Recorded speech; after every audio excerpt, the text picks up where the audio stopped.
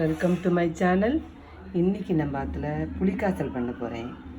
அதுக்கு என்னென்ன தேவை அதெல்லாம் உங்களுக்கு காமிக்கிறேன். நான் ஒரு 1/2 கிலோ புளியை வெந்நீரில் ஊற வச்சுருக்கேன். அதுக்கு வறுக்கிறதுக்கு ஒரு 15-20 மிளகாய் வத்தல், பெருங்காயம், தனியா ஒரு 2 ஸ்பூன், எள்ளு ஒரு 2 ஸ்பூன், வெந்தயம் ஒரு சின்ன ஸ்பூனால் 2 ஸ்பூன், 1/2 ஸ்பூன் உளுத்தம்பருப்பு, 1/2 ஸ்பூன் கடலைப்பருப்பு, மிளகு ஒரு 1/2 ஸ்பூன். இதெல்லாம் வறுத்து பொடி பண்ணிக்கணும். புளியை கரைச்சிட்டு எப்படி தாளித்து கொட்டும்போது காமிக்கிறேன். புளிக்காய்ச்சலுக்கு நம்ம பண்ணுறதுக்கு ரெடி பண்ணிடலாம். முன்னாடி கடாயில் இன்னும் ஒரு 200 நல்லெண்ணெய் விட்டுக்கலாம். இதுக்கு நல்லெண்ணெய் தான் ரொம்ப நல்லாயிருக்கும். எண்ணெய் காஞ்சோன்னே நல்லா கொஞ்சம் பெருங்காயத்தை போட்டுக்கலாம். பெருங்காயம் நல்லா பொரியட்டும்.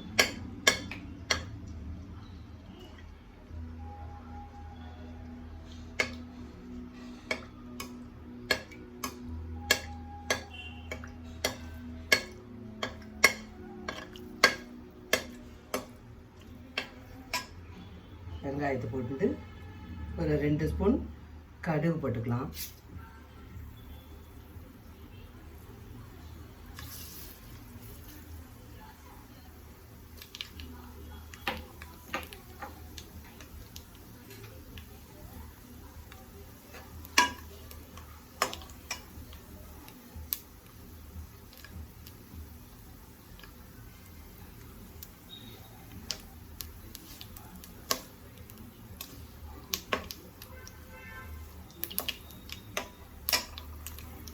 கடுகு வெடிச்சிட்டு அதில் ஒரு 2 ஸ்பூன் கடலைப்பருப்பு, 2 ஸ்பூன் உளுத்தம்பருப்பு போட்டுக்கலாம். அதோட கொஞ்சம் நிலக்கடலை போட்டுக்கலாம். அதோட கொஞ்சம் வறுத்துக்கலாம்.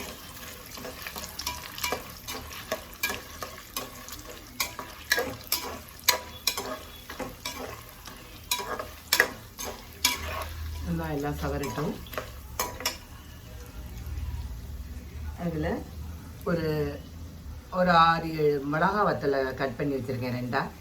அதையும் இதில் போட்டுருந்துடலாம். அதுவும் நல்லா பொரியட்டும் இல்லை எண்ணெயில்.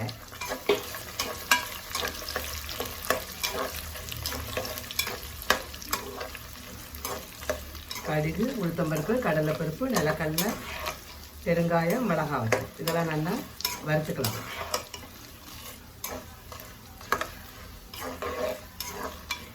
நல்லா வறுத்துட்டு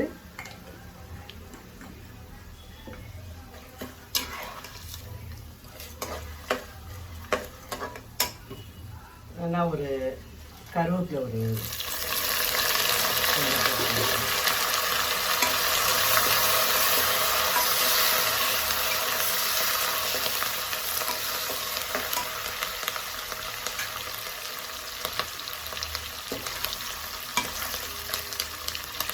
நல்லா ஒரு 2 ஸ்பூன் அளவுக்கு மஞ்சள் பொடி போட்டுக்கணும்.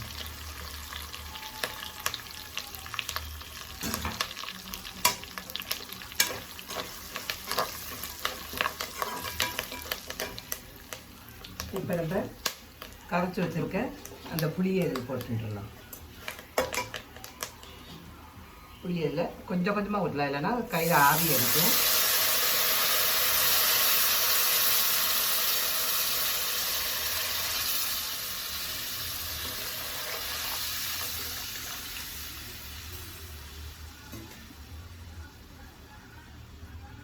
இதுக்கு நம்ம தேவையான அளவு உப்பு போட்டுக்கலாம். கொஞ்சம் போடுவோம், போடலைன்னாலும் கூட அப்புறம் எடுத்து போட்டுக்கலாம். நம்ம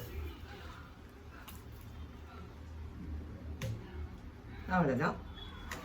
நல்லா கொதித்து வரட்டும். வந்ததுக்கப்புறம் என்னங்கிறத பார்க்கலாம். இப்போ புளிக்காய்ச்சலுக்கு பொடிக்கு வறுத்துக்கிறதெல்லாம் வறுத்துக்கலாம். முன்னாடி இந்த 2 ஸ்பூன் எள்ளு வச்சுருந்தோமா, அந்த எள்ளை வறுத்துக்கலாம். அது நல்லா படபடன்னு பொரியட்டும்.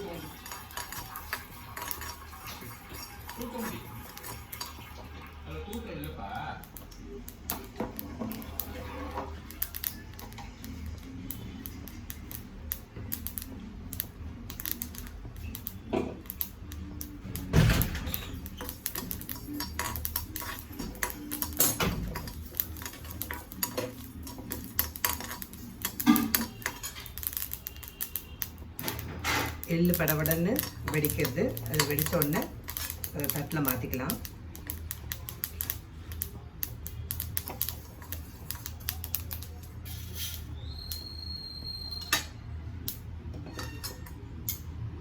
கடலைப்பருப்பு,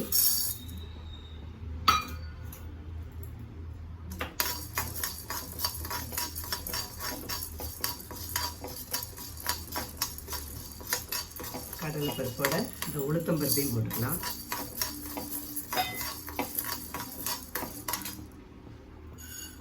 அதோட 2 மிளகு எடுத்தோம், அதையும் போட்டுக்கலாம்.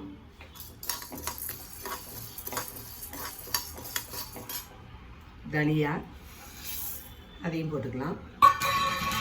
எல்லாம் சேர்ந்து நல்லா வறுக்கட்டும்.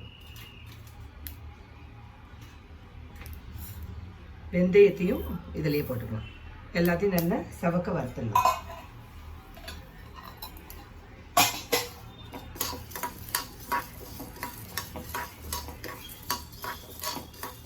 எல்லாம் நல்லா சவந்து வரட்டும். வந்ததுக்கப்புறம் பார்க்கலாம். எல்லாம் சேர்ந்து செவந்து நல்லா வாசனை வந்துடுது. இது வந்த உடனே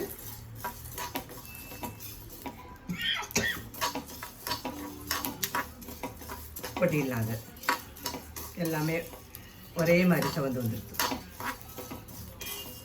தனித்தனியாகவும் போட்டு நம்ம வறுக்கலாம்.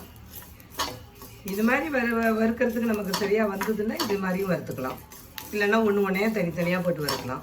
ஆனால் இப்போ நல்லா வறுபட்டு செவந்து வந்துடுது. அதில் கொட்டிக்கலாம். அடுத்து இப்போ கொஞ்சம் எண்ணெய் விட்டுக்கலாம் லைட்டாக.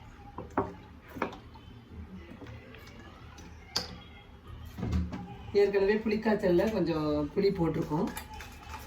இதுலேயும் கொஞ்சம் ஏற்கனவே புளிக்காய்ச்சலில் கொஞ்சம் பெருங்காயம் போட்டிருக்கோம். இதுலேயும் போட்டு வறுத்துக்கலாம். நம்ம எடுத்து வச்ச மிளகா வத்தலை போட்டுக்கலாம்.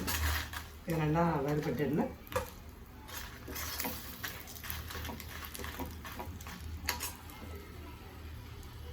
வறுத்துட்டு எல்லாத்தையும் பொடி பண்ணும்போது பார்க்கலாம். புளிக்காய்ச்சல் நல்லா கொதித்து ரெடி ஆகிடுத்து. நம்ம பொடி பண்ணி வச்சுருக்க பவுடரெல்லாம் அதில் போட்டு கலந்து விட்டுறலாம்.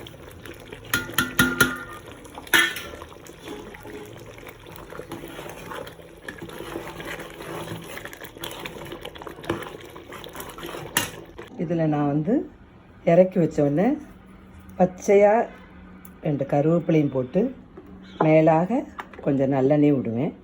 ரொம்ப நல்லா வாசனையாக சூப்பராக இருக்கும். இதுதான் நான் பண்ண புளிக்காய்ச்சல். எப்படி இருக்குன்னு சொல்லுங்க. உங்களுக்கு எல்லாம் பிடிச்சிருக்குன்னு நினைக்கிறேன். லைக் பண்ணுங்க, கமெண்ட் பண்ணுங்க, ஷேர் பண்ணுங்க. மறக்காமல் சப்ஸ்கிரைப் பண்ணிவிடுங்க. சூப்பர் வாசனை, கம கமன். தேங்க்யூ.